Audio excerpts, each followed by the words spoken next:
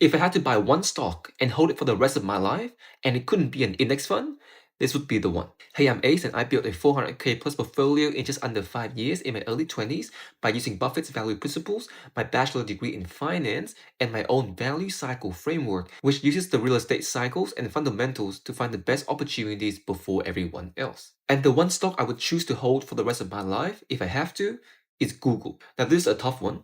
I was struggling to choose between Google, Meta, and Berkshire Hathaway, but the numbers and moat were just too good to ignore with Google. Now, Google has one of the best and strongest moats on earth. When people need answers, they Google it. When businesses run ads, they use Google.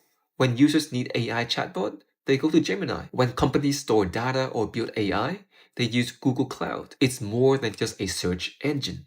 It's email, maps, YouTube, Chrome, Android, and cloud, all inside one single company. And it's extremely hard for any competitor to copy all of this at once. Now, Google's revenue has grown around 14% year over year, which is huge for a company this big. And as AI keeps expanding, Google is one of the few companies already with AI platforms, the data, and money to compete. Now let's look at my value cycle matrix to see if the company is a good value stocks. Now, currently the PE ratio is about 25, which means you're paying $25 for every $1 Google earns. This is quite fair for a company growing this fast. It also has net margins around 34%, which shows it's very efficient in keeping money in terms of profits after its revenue and cost, which is extremely high for a company like this. It also has very low debt and a high current ratio, which is very safe at such a fragile point in the cycle right now. It has an ROE of around 25%, which means Google is great at turning each dollar of shareholder money into more money. Now, these numbers tell me one thing, that Google is efficient, is safe, is profitable, and is still growing.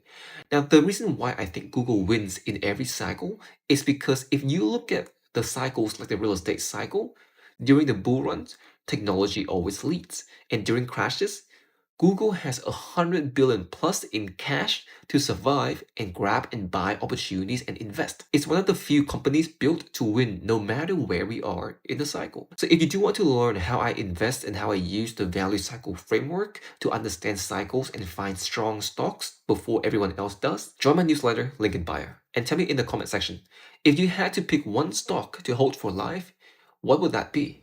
I'll be reading.